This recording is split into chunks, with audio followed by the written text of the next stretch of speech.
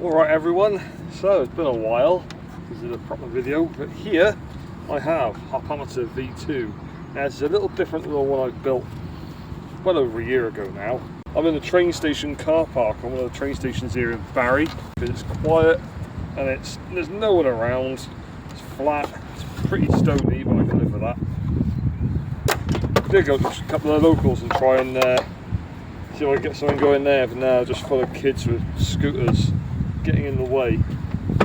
I didn't think this through. For each part of the hopometer, we've got a front foot, 2 side feet, a lower upright, and an upper upright. That's not the right one. That might be the right one. Now I've got more letters to suit themselves. See, that's A, and that is A. So they go together. Now all this can be done with nothing but a 10mm spanner or 10mm socket. When I was doing this before, I did actually use an impact driver, which was a lot quicker. So if you've got an impact driver, use that. If you haven't, I don't know, bad language, talk amongst yourselves, this might be a minute. You can get little socket sets like I'm using right here from like Lidl, Aldi, any, you know, Halfords, whatever, your local sort of car parts shop. Pretty cheap, maybe 10, 12 quid, something like that. Yeah, they're not the best tools in the world, and certainly wouldn't you want to use them if I were a professional mechanic, which I'm not, but they'll do. So there is the 2 parts of this upright. And what happens is you see the bolt going through the other side, they're half lapped together, and there's captive nuts, T-nuts on that side for the thread with the bolt. So the bolt just goes in one side, goes right through the one and into the T-nut on the other. That's one upright. Right, so that's D. So we have a foot around somewhere with D on it. There it is. That goes that way. So the letters go together. That's important. The letters go into it facing each other. That way you know you're getting it the right way round. So for this bit, it's got 2 legs going forwards and backwards. One forwards, one backwards. And there you go onto the side of your upright. The C goes that side. The B goes underneath. Now I'll cut these 45-degree mitered ends on them. If you do it this way, they are actually adjustable. So if you've got an uneven surface, they can be more stable because you've got 3 points of contact on the floor instead of like 4.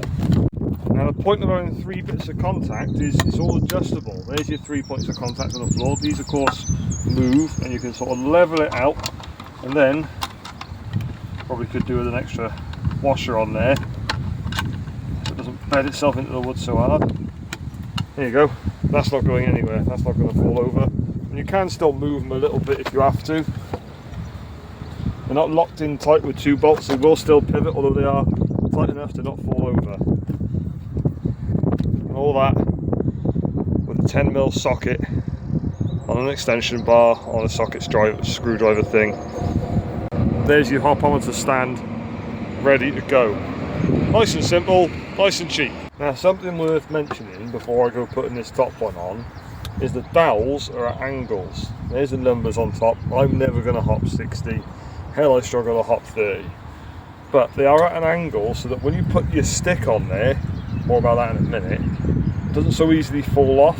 Yeah, it's going to fall off if you hit it, of course it is, but it's not going to fall off so easily like in the wind or because you haven't quite put them level. So when you drill your holes, or if you're going to put screws in, because that might be another option, I've used dowel because I had a shitload of it laying around. But I'm never going to use dowel this size for any of my other woodwork stuff, so I just used it all on this. And I was given it, so it didn't actually cost me anything. But put them at an angle, and that helps your stick stay up. I'll show you that in a second, after I put this second bit on. I'm going to go for solid 26. 26 is a fair height for me.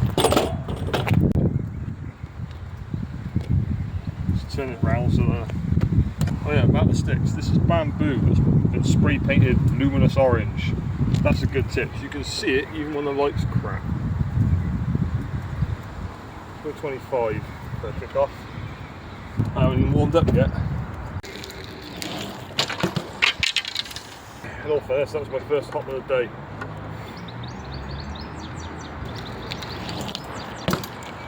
$27. I'm feeling lucky.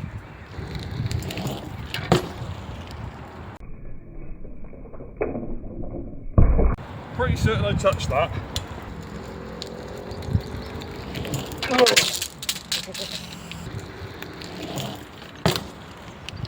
There we go. Just to prove it is on 27. There you go, 27.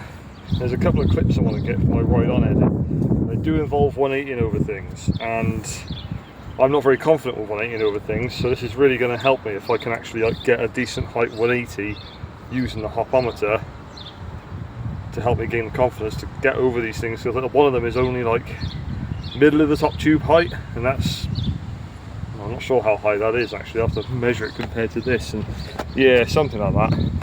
Right, they're a bit further apart now. I'm going to worry about the wheel hitting an upright. 22. Okay, I can definitely get a 22. Put the foot down for some stupid reason.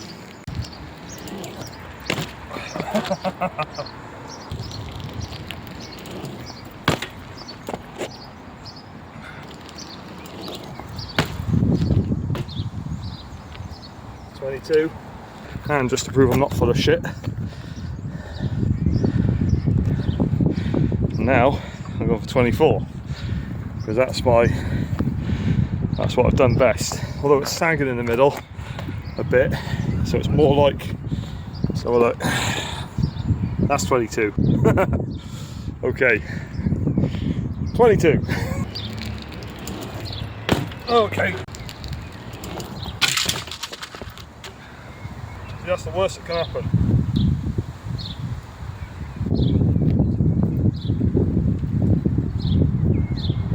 Oh, you hit the stick, it comes off, it's flying somewhere.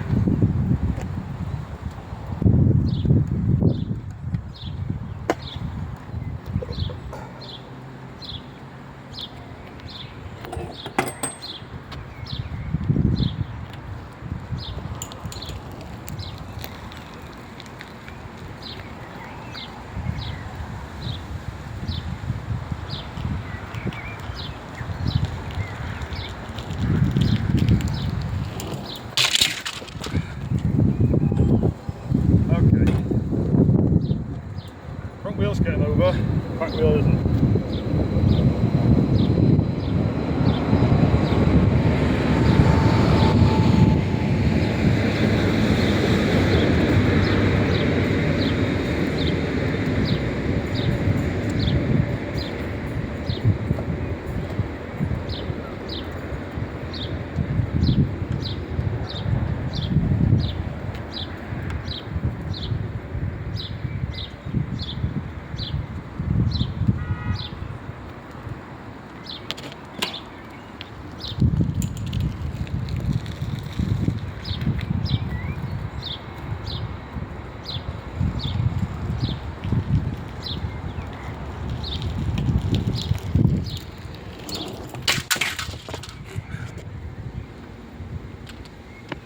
Let's go a little lower, 7 on the stick, on the uprights, which is probably like 25, 26, because they're actually a little higher, because the centre of the dowel is the inch mark, so the stick is actually a little bit higher with the dowel, so it's about 25, 26, something like that. My best is 24.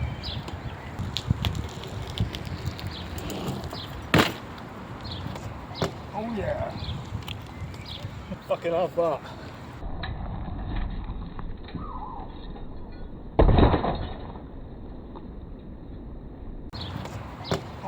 Just beat my own record for a 180.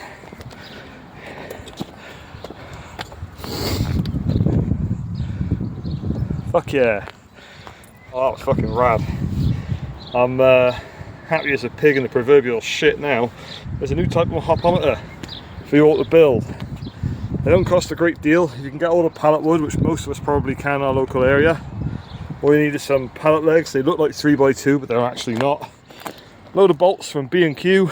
If you can't drive, get your parents, if you can, to take you up to B&Q or any other hardware store like that. And a load of dowel, and a pen, and a drill, and a saw, which your parents probably have. Just make sure that your joints are all right. You don't have to get them absolutely, well, they're not mint. You don't have to get them that good. As long as it works, it doesn't matter. Thanks for watching. I hope it's helped. Take it easy, look after yourselves, and have fun with your bike. Yeah, that'll do. Cheers.